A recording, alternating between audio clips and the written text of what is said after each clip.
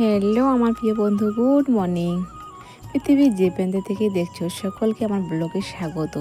বড়দের প্রণাম, ছোটদের বুক ভরা ভালোবাসা। আশা করি তোমরা যে যেখানে আছো ভালো আছো, সুস্থ আছো, আমরাও ভালো আছি। সুন্দর একটা সকাল, সুন্দর একটা ব্লগ নিয়ে এলাম। এখন কি রান্না করব কিছু নেই, তাই এই যে বাড়ি দুটো গাছে ভেন্ডি হয়েছিল, 3টে না 4টে, আর 2টো বেগুন।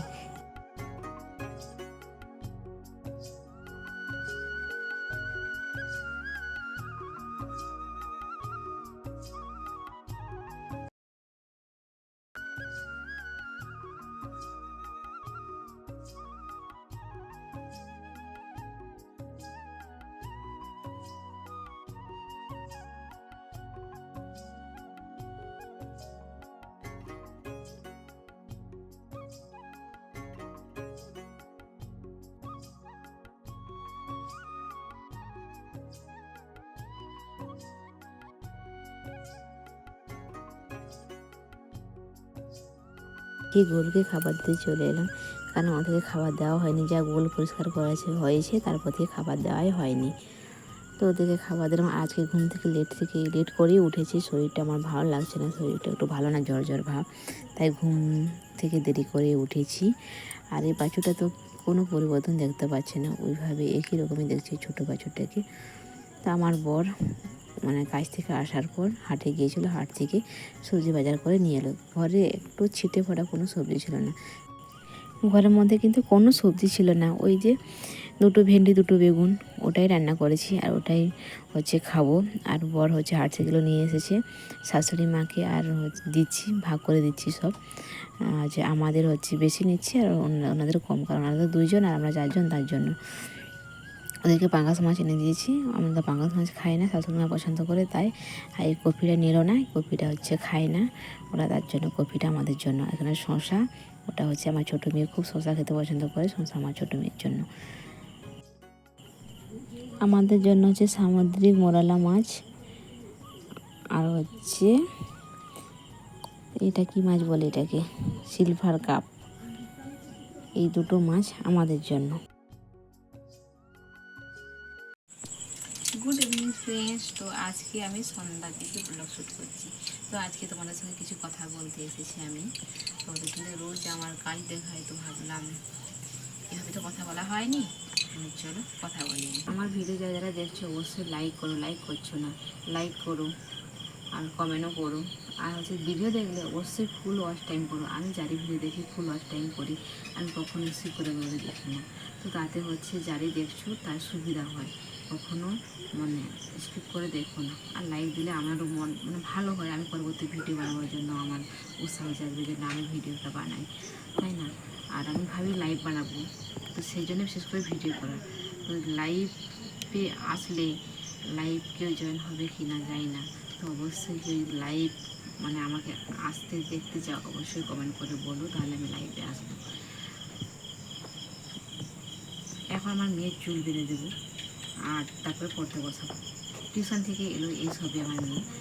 তো ওকে চুল বেঁধে দেবো, ফিতা কিনেছি, ওই চুল বাঁধবো।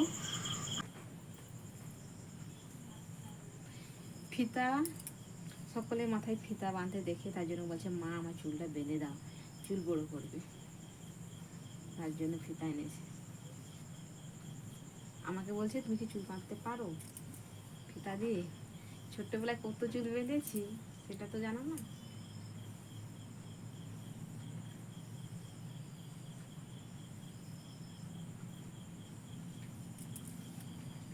মাথা ঘাট সাজা,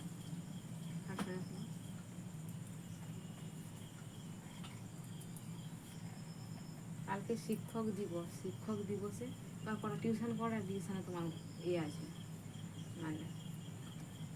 শিক্ষক দিবস মানবে 3টা টিউশনে মানবে। ধরো এটা ধরো,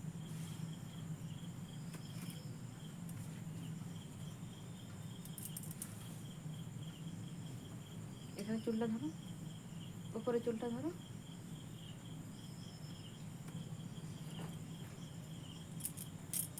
আমি একটু যে কোনো কাজ করি বাঁ হাত দিয়ে বেশি করি, ডান হাতে জোর পাই।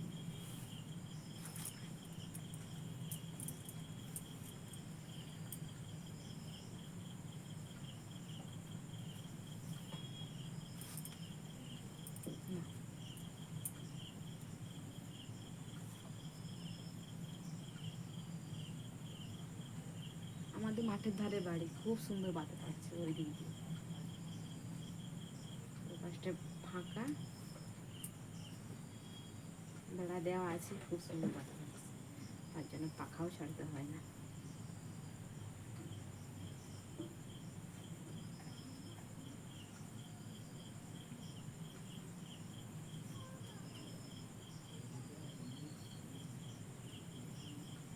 তখন পাখা ছাড়তে হয় যখন হচ্ছে একদিনও গাছপালা নড়ে না, তখন হলে সারাক্ষণ ঠান্ডা।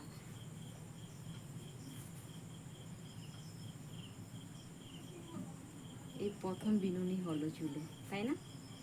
আমার চুলে কেমন লাগছে?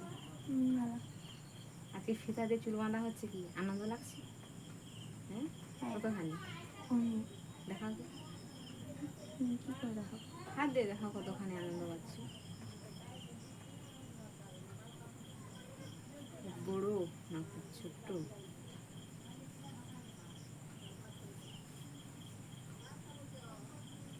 আর আমাদের তো মানে বাচ্চার সঙ্গে তেমন সময় কাটানো হয় না, যা রাত্রি ছাড়া। আর সকাল হলেই টিউশন, আবার স্কুল, স্কুল থেকে আসার পর আবার টিউশন, এই রাত্রির সময় কাটানো হয়। আর ওর বাবা তো এখন নাইট চলছে, ওর বাবা নাইট চলে গিয়েছে, নাইট ডিউটি, আসবে সেই সকালে।